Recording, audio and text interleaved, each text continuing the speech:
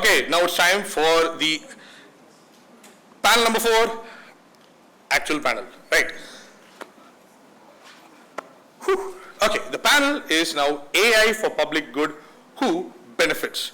And we have, may I call onto stage, Urvashi Kapoor, Nipun Batra, Sanat Fatak, Amitabh Nag, and Harleen Kaur moderating the session. Please make your ways on stage. And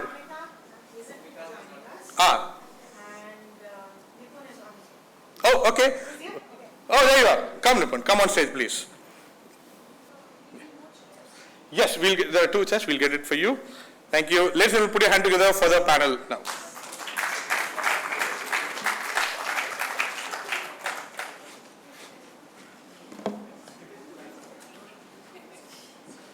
Oh, can I help?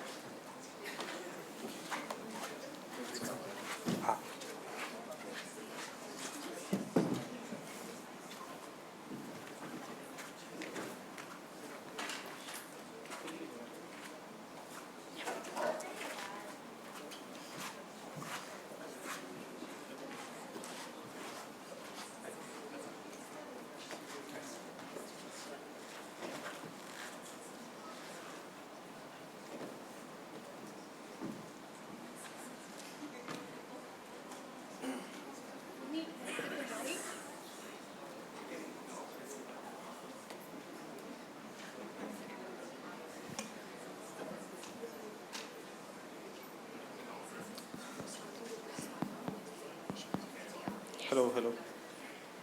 Hi everyone, welcome to the post-lunch session.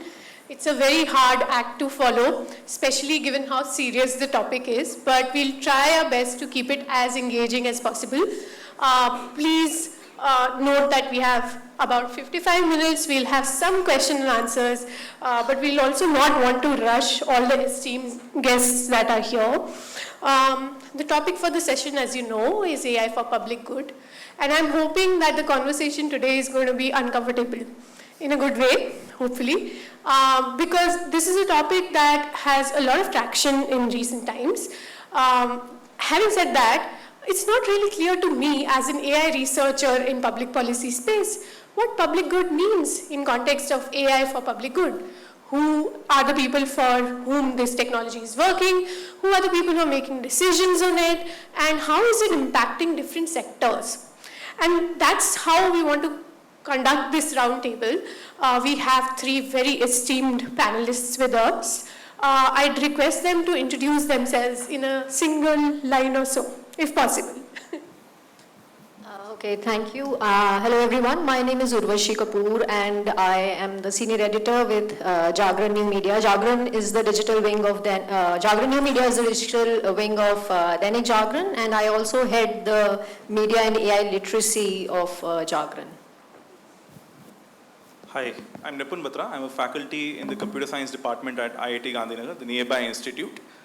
Like many of my generation, I am also one of those who got inspired by the movie Swadesh and decided to do engineering, and then realized that everything which is shown in Bollywood is not true. It takes many more years to do that. So I run the sustainability lab where we look at AI and sensing for sustainability applications. Hi everyone, my name is Sanat. I'm a rheumatologist, so we treat patients with immune disorders with things stronger than turmeric and ginger. And we are doing some stuff thinking about how AI interacts with patients, how it interacts with doctors, how we can help bring them closer to our attention. Right. Thank you so much. And I think it's important to have this conversation with people like you, because you're almost at a fiduciary level, right? Like you are the people through whom general public gets their information. And on that, I'd quickly start maybe by asking you, how do you feel AI is reshaping your own field? So Urvashi, would you want to go first? So we live in a post-truth world, and what I have observed, there is a shift in misinformation.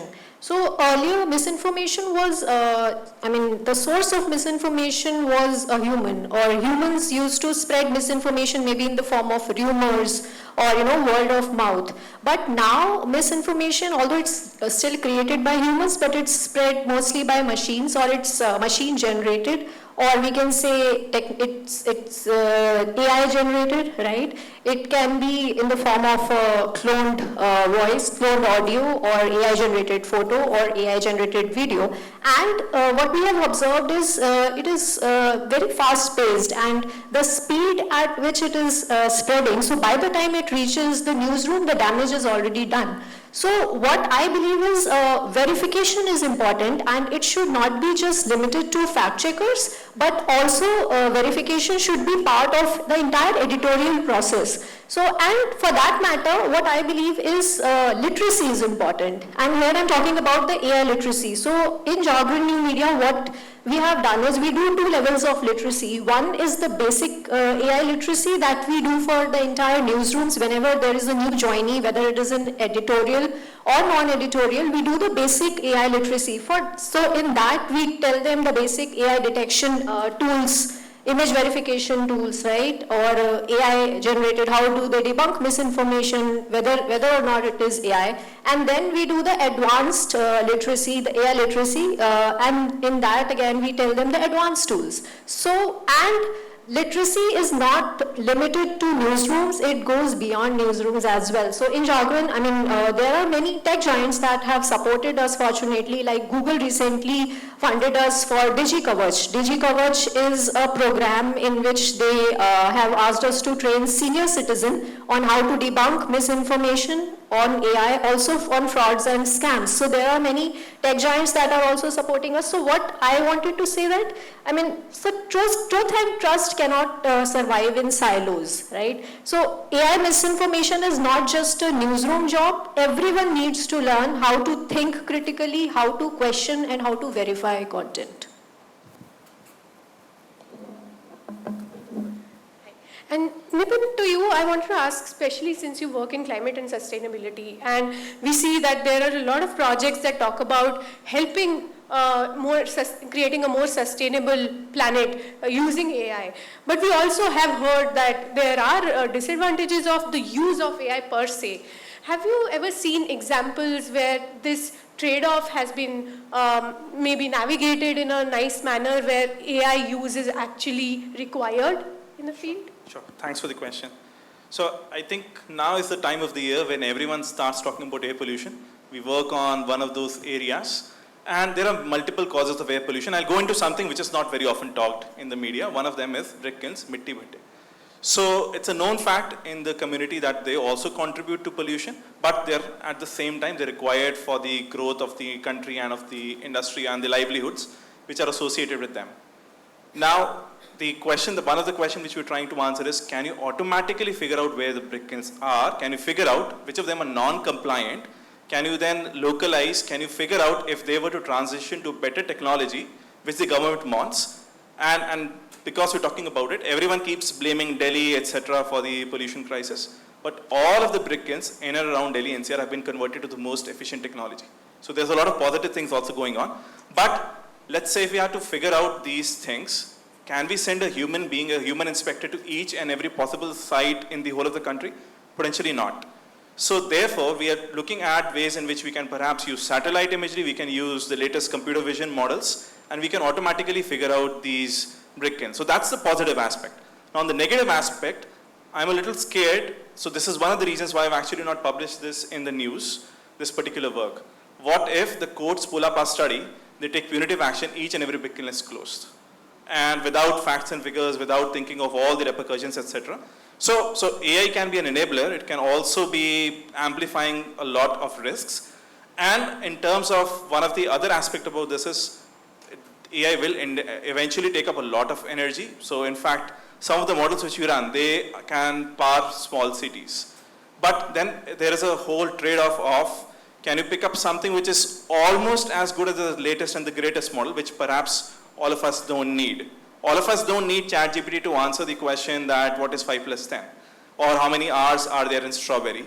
So if we figure out the appropriate model sizing, we can do a very good job at using the AI for the community and in a very positive sense. Thank you. And thank you for sharing that very profound use, right, which is for the public welfare on air pollution. So, Sanat, on healthcare, right, I mean, there are many ways to classify how AI is creeping in the field of healthcare.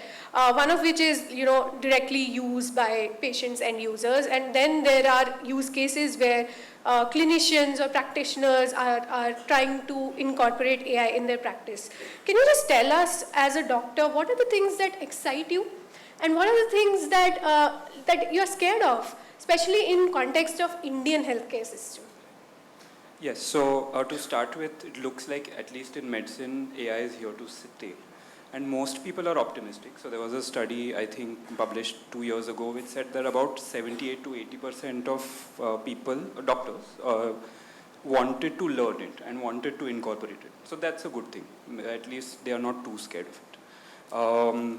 What they are using it for now, what we are using it for now, is essentially automating boring stuff. So it's writing a discharge card, it's filling out an insurance form, it's bringing up the data of the patient and their demographic details. These are the kinds of things that it's being used for at present.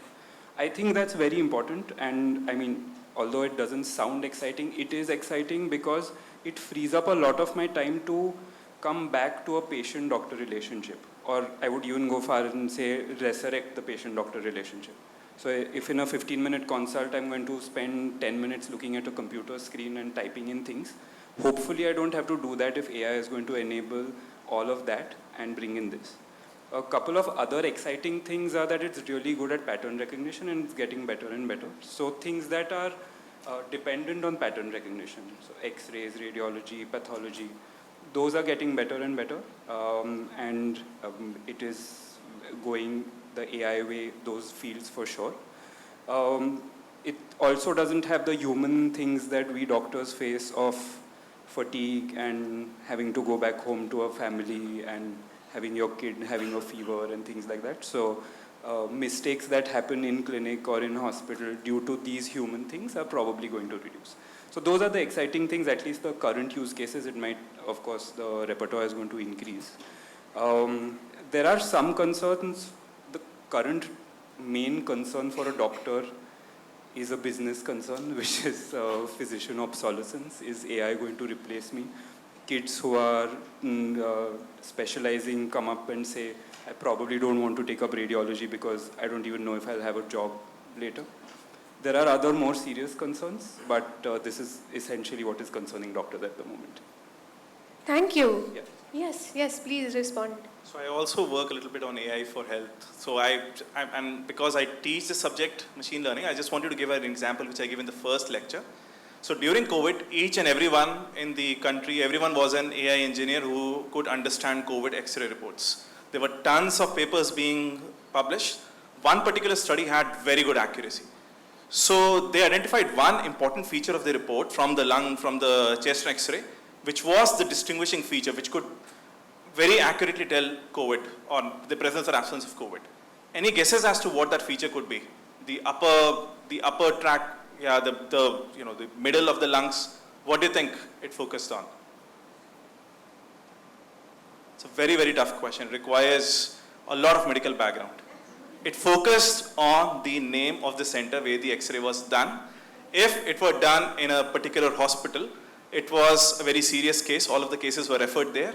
And if it were done in any other case, any other hospital, it was probably a mild COVID case. So that's one of the best. So therefore, so there is a lot of signal, but there is a lot of noise also. I can speak from a practitioner's perspective. Thank you for sharing that example and your optimism. I see that all three panelists have quite some optimism about AI in their fields. Let's try to change that a little bit. Let's talk about accountability and power structures. So, Urvashi, you mentioned how knowledge is important, how fact-checking has become tougher and tougher given how easy it is to generate misinformation. We see that there are new Indian IT rules that have been put in public domain recently, where the liability of putting up information about something being synthetic is on intermediaries. So I want to know from you, what do you feel about such regulatory frameworks that are being thought about given the pace of AI and in media? And do you think intermediaries are one important category? Are there any other categories that you think should similarly be required to have some disclosure? Okay, so when you said let's now turn from optimism, so here's the shift. So talking about the new IT rule that you just spoke about. So they have introduced the labeling of synthetic media or labeling of AI generated content. So that's a very welcoming move. That's one positive thing. But labeling, what I believe, labeling is not enough, right? Labeling won't solve the trust problem. Why labels will not work? So if people don't understand what AI generated actually mean, so they will just scroll past the label, right? For example, the technologies use disclaimer label or sponsored label, right? But I mean, all of us in the room must be knowing what it actually means, but for a common man who is just scrolling on social media every day, they don't know what disclaimer is or what a sponsored content is. They just now they don't even pay attention to that, right? So, I mean, here again, my focus would be need of awareness and education along with regulation, right? And like since at Jagran, we are also partners with Meta as a third-party fact checkers. 3PFC partners, we are working for Vishwas News, and we are partners with Meta. And they have earlier, we still are labeling fact check content on Meta, on Facebook, Instagram, etc. And when we fact check it, we label it like this is a fake content or a misleading content, and it is verified by an independent signatories, and I'm not sure how many people actually understand what that label is. So that is why we introduce firstly media literacy. Whatever you are consuming on social media, you should at first understand what it is, and then you will understand about the label. Similarly, for the AI label that the government or that the IT rule is talking about, people should be first made aware. More and more AI awareness should be there, and this is a shared responsibility of newsrooms, of educators, as well as for fact checkers, right? How newsroom should disclose transparently where and how they are using AI, whether they are using ethically, or what data sets are they training their AI models, number one. Then second comes the educators. Educators should integrate AI literacy as early as possible before it is too late. And third, for fact checkers, so as AI is evolving, for fact checkers, the tools to debunk AI is also evolving. I mean, I have a team of 12 fact checkers. Many a times the deep fake is so finely created that even the tools cannot identify whether it is true or not. So there should be new and open verified tools, free and open verified tools to debunk these type of deep fakes. So restoring trust, what I believe needs both regulation as well as education. Thank you very much for this detailed answer, and it I think makes a lot of sense that it is not one stakeholder problem at all. So Nipun, I want to check with you about research and the requirements to get to a good AI, right? Like you need data sets, you need good data sets. What can you say about public data sets that are available to make solutions like you stated earlier? And what are the risks of having public data sets, if any? Yeah, so public data set is not really clear what the word public means, and that is, I think, what she meant as the questions are going to get hard and a little pessimistic. So who owns the data? Who has created the data? Were you asked before the data was collected from you? This also brings into what Urvashi was saying. So people need to understand the data protection policies. So is it okay if I refuse to give my data? So therefore, when we look at proper practices for collecting such data, if we look at internationally approved methods, so there always has to be an ethical committee which has to approve the data being collected. There have to be, when you're reporting a public data set, if you look at the state of the art, the best in the academic community, you have to not only report the equity, the inequity measures, are there sensitive groups in your data set which are perhaps going to be disadvantaged at? Is there a demographic bias which is lying in plain sight? Again, as an example, there is a lot of very cool research on satellite imagery, super resolution. You start off with an image, you can produce a much higher resolution image using a machine learning model. We started off with those. Again, unfortunately, there is not enough work in the Indian context in this. We started off with the models trained in the Western context. You start off with something which I know is a brick kiln.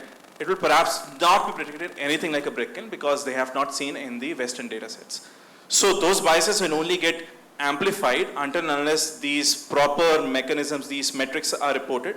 I would also encourage that there has to be enough of public benchmarks so that people can also, in a third-party fashion, in an audited fashion, they can also verify whether the data set is true to what it says. Thank you. And keeping that thread of data sets alive, Sanat, India has a very diverse population, and even diseases, the way they progress, might depend on who you are, where you stay, what your gender is, etc. Having said that, when say AI-based medical device is introduced in the Indian market, both regulators and physicians like yourself, you'll have to check and validate whether this is working for your patient population. How do you think that is it easy to have do in India, or is it something that you've not seen so far, or are there any examples that you can share? Yes, so going back to the necessity of it, absolutely. And that also feeds into one of the major principles of medical ethics, which is equity or justice. If everyone needs to have the same level of care, everyone needs to have the same standard of care, if an AI has been trained only on a certain set of individuals, are we giving the same standard of care to someone who the AI has not been trained on? For example, the Google Derm Assist app, which I think came out in 2020, and the paper came out just before that in Nature Medicine, tells us who it was trained on. It can detect reasonably with very good accuracy, probably better than a general physician, 21 skin diseases, including skin cancer. If you go and look at the data set that it was trained on, about, if I remember correctly, about 16,000 individuals. Only 50 or 43 or something like that had dark skin. So 43 out of 16,000 have dark skin. So suppose I have a patient who has dark skin and comes to me with a mole and says, is this cancer? And if I say, go to the Google dermatologist thing, and the dermatologist says no, whose fault is it? May not be dermatologist's fault because it's not really seen that kind of skin color. So that sort of underlines the need of local validation to see what kind of patients we have, how it is working here. So in simple terms, you can even validate something else which has already been trained and see what kind of metrics you get on our, even if it has not been trained here. The better thing would be to train with equitably distributed data sets. That may not be possible. That may not be financially possible. That may not be possible just by virtue of the kind of disease. So for example, if you have an algorithm which tries and detects breast cancer, and very, very rarely a man can get breast cancer. But obviously, just by virtue of being an overwhelmingly female biased disease, no data set in the world is going to be trained on too many men. So it's not somebody's fault. It's just the fact that we need to know who it's been trained on. We need to be a little more circumspect in saying that this may or may not be. So as a treating physician, I need to know who it's been trained on and how I will apply it to this particular patient. And of course, like you said, get data sets here, train it on more downstream, much more difficult, it's much more expensive. And have you seen any example of such a device already being in use, for example? There are use cases in India which have been, ophthalmology is a common use case, X-rays are a common use case where they try and detect, let's say, diabetic retinopathy on photos of the fundus. You have skin diseases which are, now you have more and more Indian data sets being used. So it is getting there. It's difficult because it's not in our blood to keep excellent quality data with consent. So that is the first hurdle, I think, convincing doctors to come and collect that. Thank you so much. Urvashi, I want to come back to you. We've talked about what the issues are being created using due to AI, and what about the accountability issues, who are accountable.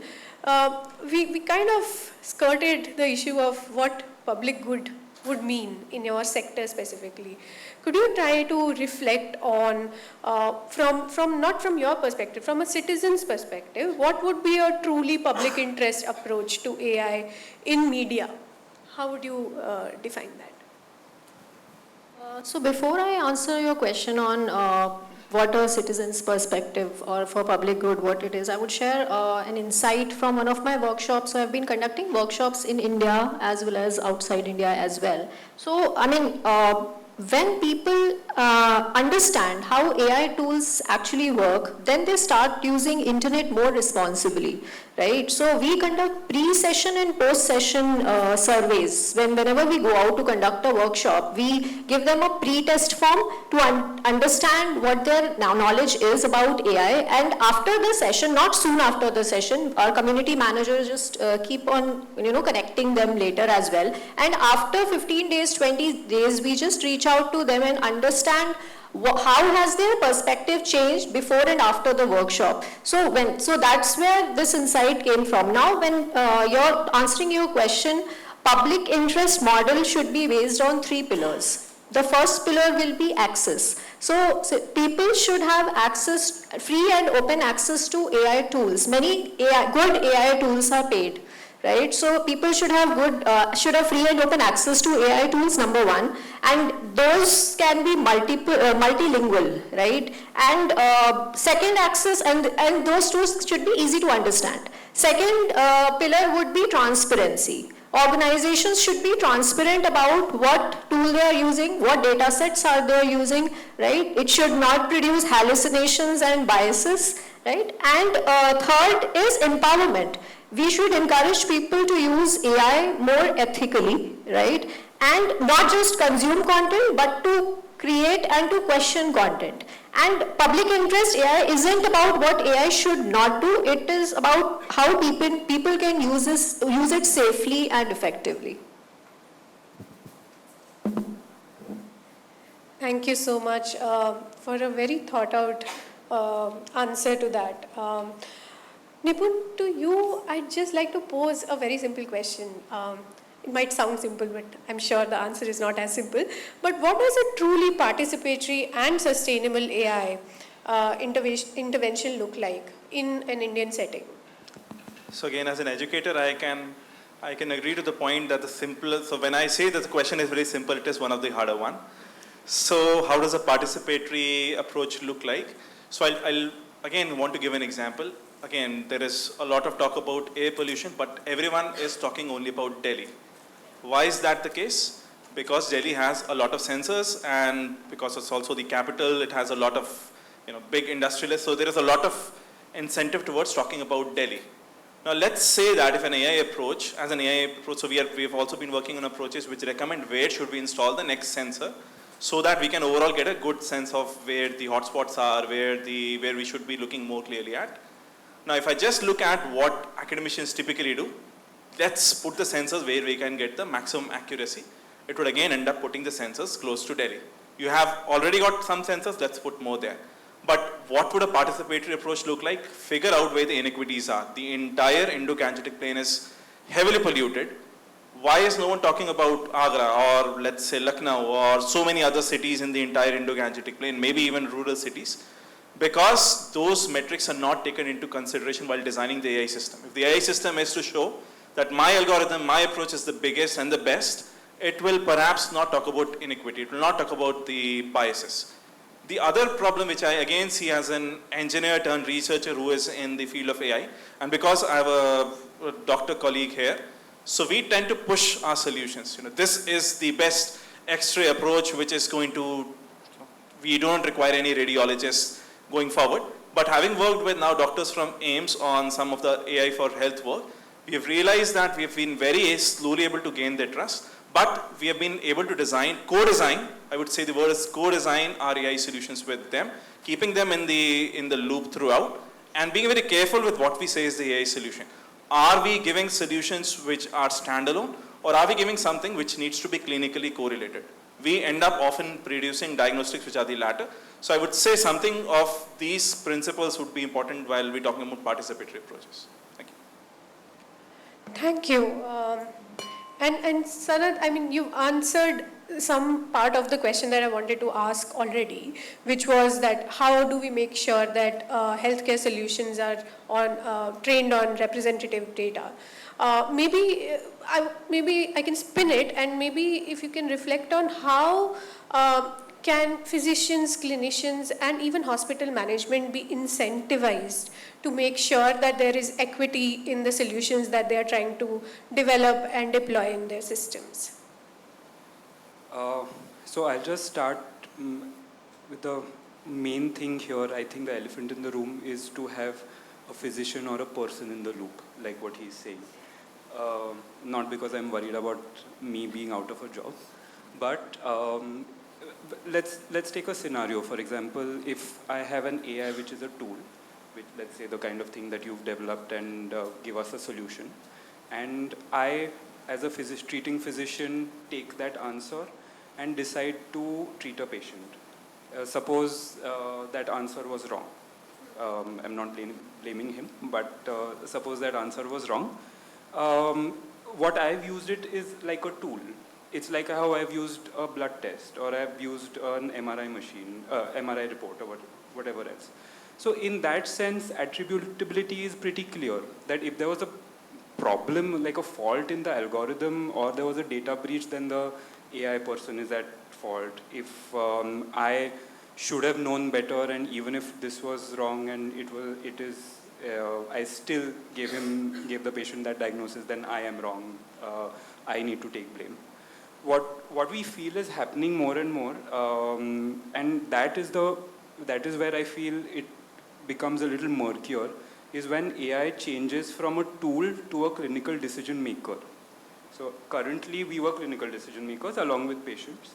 Now, even before coming to anyone, like what Miriam was saying, that they're just talking to each other. The AI is saying, yeah, I think what you're saying is completely correct, amazing. Your abdominal pain might be this and this, and it might reinforce both ends of the spectrum. You might over-investigate someone. The patient might want to over-investigate and say, I have abdominal pain, my AI tells me it's cancer, do this and this and this, and goes directly to this. Or even the opposite, where it's actually a serious disease and it's not come to clinical attention for 6 months or 8 months and it's progressed. So this is where it gets murky, because who is to blame here? The AI is actually just a language machine. It's producing language. It doesn't know what it's saying. It's context insensitive. It's not being trained on clinical data. Yet it's making clinical decisions. So this is the kind of thing where regulations are also very difficult. So in the former type of bit, they are probably simpler, where you can have, like I said, a human in the loop. It can be a committee. The committee can look at what data it's being trained on, how transparent the AI training has been, how equitable it has been, how it is keeping on learning, yearly audits, all of that. So everything that, let's say, annual maintenance of an MRI machine gets done, you could do framework-wise for an AI also in the first type of thing. The second type of thing, I don't know. Yeah, and a lot of times a doctor might not be involved in such a setting. I mean, to the even more serious part of the questions that I really love talking about. Urushi, to you as a journalist, language of AI for public good, it has a political connotation when we say AI for public good. In your view, what kind of accountability or transparency standards should we expect from government when they talk about introducing solutions that are AI for public good based? Yeah. Okay, so it's okay.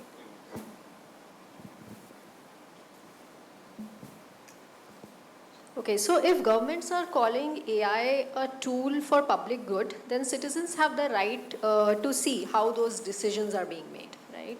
So here again, I'll talk about transparency. So citizens should know how AI systems are trained, what data sets are used, what and whose perspectives are represented in the system, right? And we have observed that why data sets, why AI tools show hallucinations or biases, because it miss India's diversity, right? Sometimes our own languages are missing, or rural realities or women's voices are missing, right? So what should we expect from the government? When government talk about public interest, AI, then there should be two layers of accountability. One, policy transparency, and the second will be ethical oversight.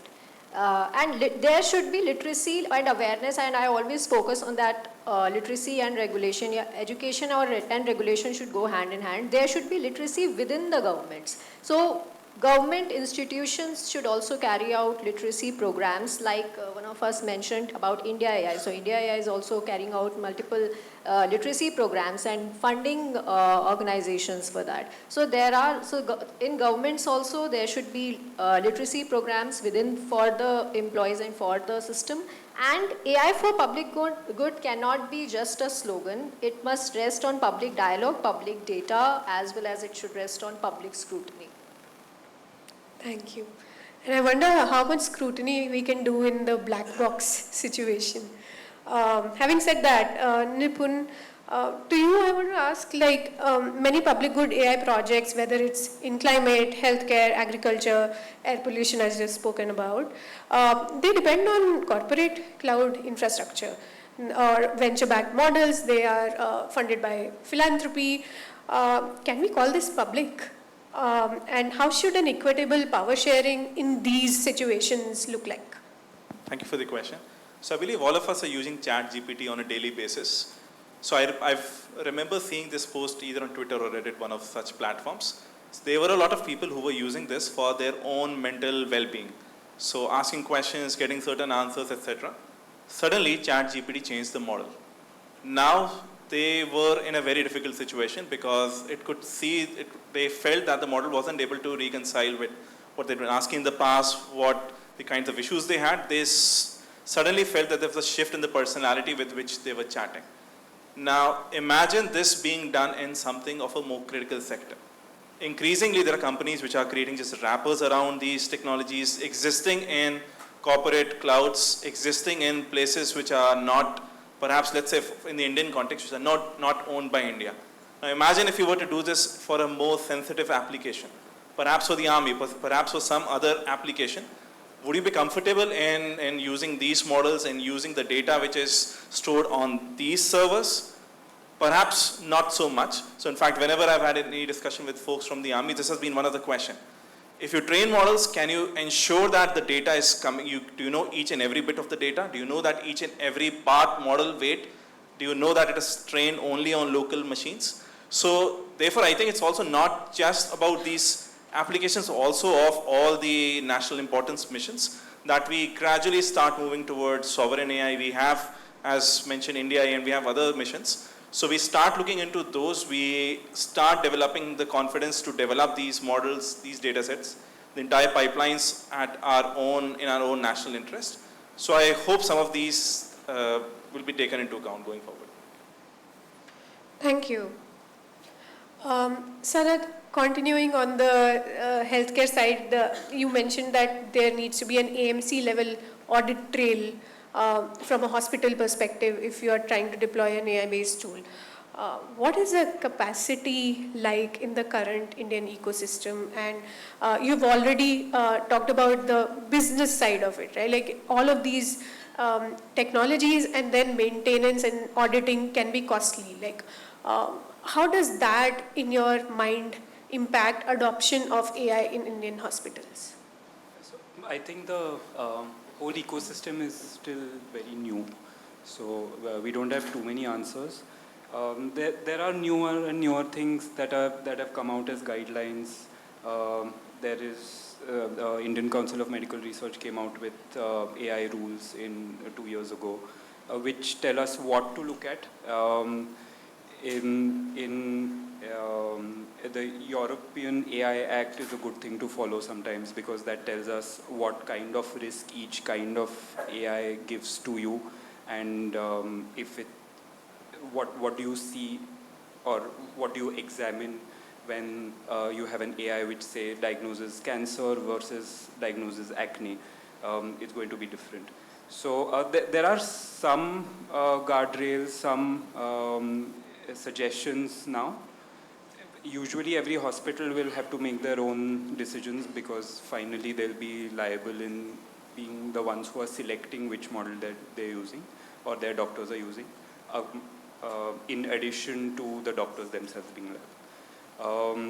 Yes, and it will be probably expensive, and it's going to be time consuming and effort consuming, but it should be done. Right. Very profound answers, all of you. Thank you. And before we move to Q&A, just one last quick reflection. If I ask each one of you to finish this sentence, that AI serves public good when? From your individual perspectives, what would you answer? AI serves public good when it doesn't speak for people, but it helps people find their own voice fearlessly and ethically. I would say when it reaches applications which are of importance to them and does not amplify the inequity and the biases. And I would say in medicine, it serves public good when it upholds the ethical principles of benevolence and non-maleficence, plus justice and preserving patient autonomy. Thank you so much. The floor is open for question and answers. Are there any people who have questions? Maybe you can identify the panelists you want to ask the question to as well. Yeah, please go ahead. Hi, I'm Rituparna. Hope I'm audible. Can you hear a little louder? Am I audible now? Better? Yes. Yeah. So, thanks for the lovely session. My question is to Nipun. So, during the digital revolution in India, there was a lot of talk about digital divide. So, now the same question is applicable to AI as well. Like the benefits of AI, such as precision farming being used for better crop. So, do you think, do you see in the recent future AI being accessible, financially accessible to all the communities, and how is it possible? Okay, so this one really hits me hard in my heart. If I compare myself to researchers sitting in Stanford who have 128x the compute power that I have, and I'm supposed to get the same quality of publications, it's hard for me. But if I just extrapolate your question, I think unfortunately the AI revolution and the dependence on hardware, many of which is also import restricted. So this is one of the reasons why we are not able to perhaps procure as many GPU systems as you would have liked. So I think a lot of these situations beyond just AI are influencing this, perhaps in a manner much more than they did even in the simple digital revolution. So my question is to Sanat. Since you mentioned you're a rheumatologist and you work with immune disorders, and this is something I follow closely. So I'm wondering, is there any role of AI in your field of practice? Yes, quite a bit. So we are doing a few projects ourselves where rheumatologists essentially deal with autoimmune diseases, and one major disease that we treat is rheumatoid arthritis, where there's inflammation in multiple joints. So our main work around AI is trying to get computer vision to try and detect inflammation within joints based on photos and other modalities, so that they come to attention early. So as reducing diagnostic delay, because even across the world, average diagnostic delay for rheumatoid arthritis is about 1 year. And the later you start treatment, the more the chance of having deformities and other complications. So reducing diagnostic delay, bringing them to early clinical attention is important, and that's why we are doing it. But there are other things that are being done. So computer vision is being done in multiple other use cases, even within rheumatology. Many diseases have skin rashes, many diseases have things that can be visually seen, so this particular technology lends itself to that. And there's a huge group in Europe as well as even some practitioners in India who are using AI in this media. Rishi mentioned that you do a lot of these literacy sessions, right, across India and abroad. But how do you calculate the reach, and how much of it is actual reach, right? How do you ensure that the people who want to reach out and actually reach these stuff? Okay, so when we are saying that how do we calculate reach, we calculate reach in 3 levels, right? In level 1, we count the number of people who are directly trained, right? For example, we are doing training sessions for senior citizens at the moment, and we have targeted to reach out to 5,000 senior citizens, 60 plus years of age, in 30 cities across India. So we conduct the hybrid sessions online and offline. And then, for example, in one training, we have trained 100 students, 100 senior citizens, and we are going to conduct 50 sessions. So this is the direct reach, and this is the level 1 that we are talking about. Then the level 2 is TOT, right? So whenever we are training the target audience, be it senior citizen or be it journalist or academicians or any target audience, we do it in the form of a TOT model. That is the training of trainer model. So whoever we are training, we expect them and we also support them to conduct further training sessions within their communities, within their social circle, among their friends, relatives, and then we support them. So this is how we calculate the second level reach, totaling the first and second. The third level reach is through the promotions, through marketing, through branding on social media. So Jagran has a good presence across India in the form of its newspaper as well as online, and we also have now starting a production house. So we just do the promotions, and adding those numbers, we calculate the third level reach. So totaling all the three makes us our final reach. So, emerging research has shown that AI can detect emotions from our prompts and would frame its responses accordingly. And I think this becomes very important in issues like mental health. So, to what extent this may affect research and its communication, and what can be done about it? I wonder if all of us can perhaps take a. So I'll speak from the technology front. Can AI be used for emotion detection? Perhaps that's the part I can take, and I'll leave the experts for the other part.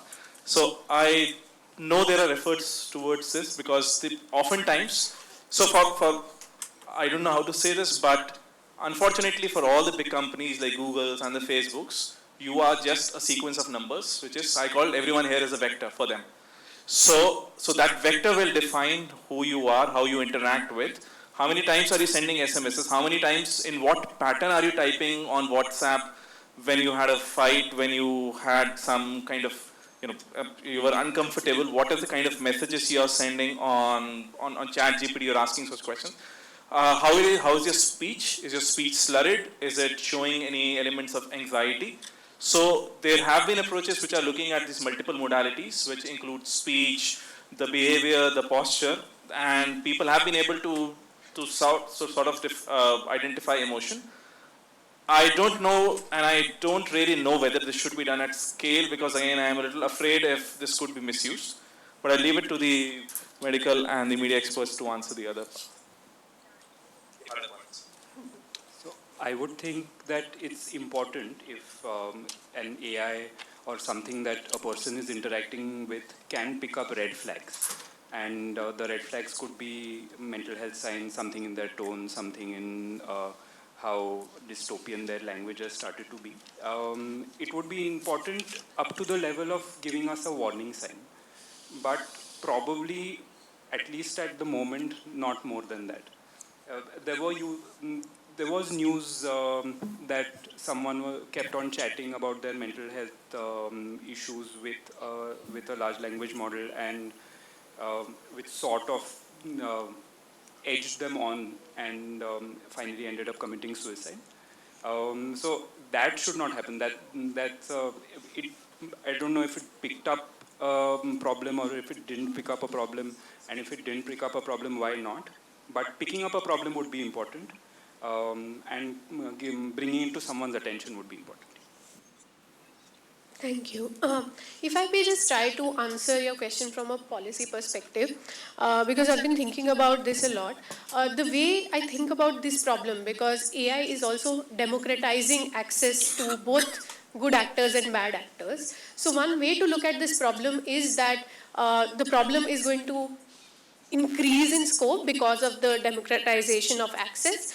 And secondly, for good actors, the problem is going to arise because of unintended consequences. The good actors could not think through what the problem was, and that's why some harm has happened. They could not mitigate the risk on time.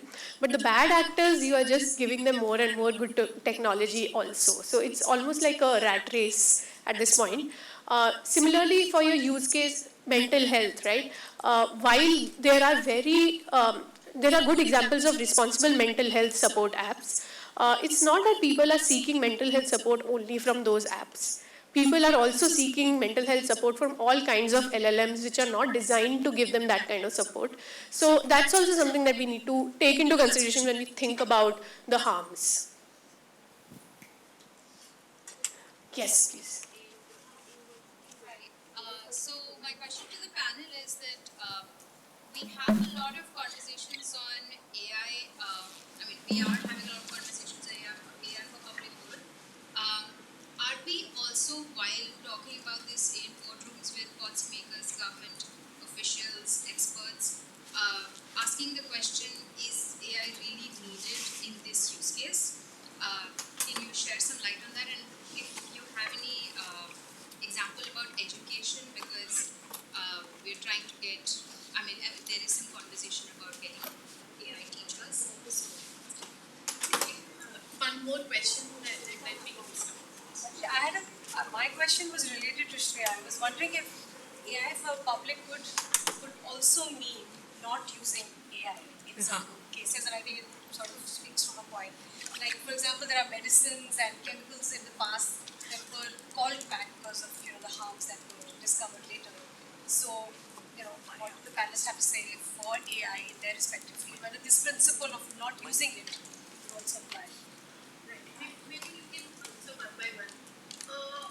So the first part of the question, within the governments, whether government is doing anything within, in terms of education, like you asked. So recently, I came across the AI. The government has sent emails to all the colleges that they should incorporate cyber literacy and AI literacy in their curriculums. And the deadline was, I guess, last 30th of last month. So government is making efforts. It is now up to colleges whether or not to follow that, because not all colleges have the expertise. They have to hire AI experts and AI, resources. But government is putting out, reaching out to academics. Second, there are many, government is carrying, opening up various RFPs and grants where they are asking organizations and in fact more media houses and people working on AI that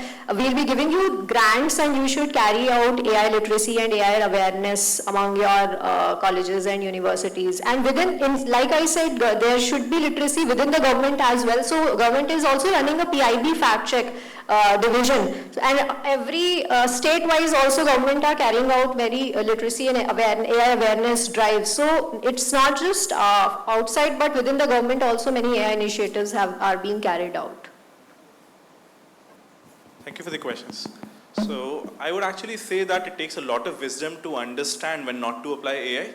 And unfortunately, when a lot of the community is just caught up in the rat race running after the hype, that wisdom is sort of lost. I'll give you an example. There have been a lot of, because again, speaking from the evolution perspective, there has been a lot of work, interesting looking work, which says that let's predict air quality from Twitter data. Can we ever do that? Can Twitter cause air pollution? Like, of course, there could be some corner cases, but AI perhaps should be applied very meaningfully, and I would say that a lot of the work which people are claiming to be AI is just digitization. They don't really need AI. I'll answer the education question first. It's a concern and a major conversation in medical education at the moment, where people are concerned that young doctors are being de-skilled when they are learning within the ambit of AI.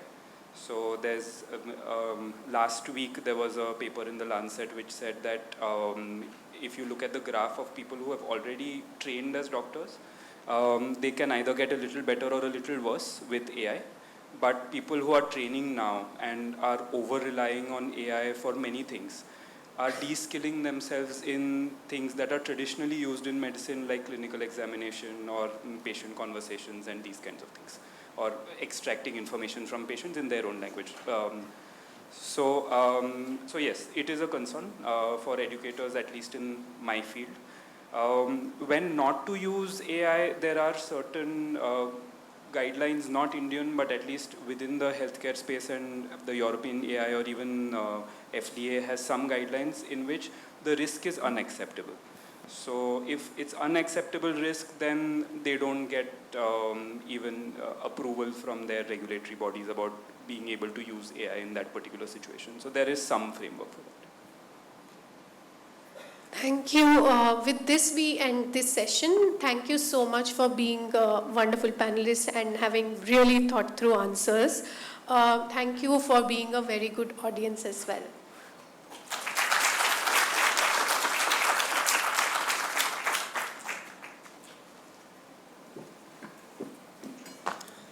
Ladies and gentlemen, put your hand together for a lovely panel on AI for public good. Thank you all for that. Makes us think. I also have a small story to talk about AI. So I once did a quiz on the Indian Constitution, and my first question was, what gas is used to store the Indian Constitution when it's kept in the Parliament House, right? And a couple of years back, somebody put a tweet out saying that they use helium in the gas to store the Indian Constitution, and AI has picked it up as a common answer. So even today, if you go and check it out on AI or Google, what gas is used to store the Indian Constitution, it will say helium.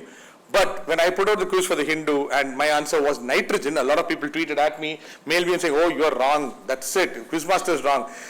Thanks to the PIB who came to my defense and said, we have a photo. I actually linked the PIB and they said, yes, he is actually right. This is a photo, it's actually nitrogen and not helium. So yeah, so they're doing a great job. Shout out to PIB. Thanks guys.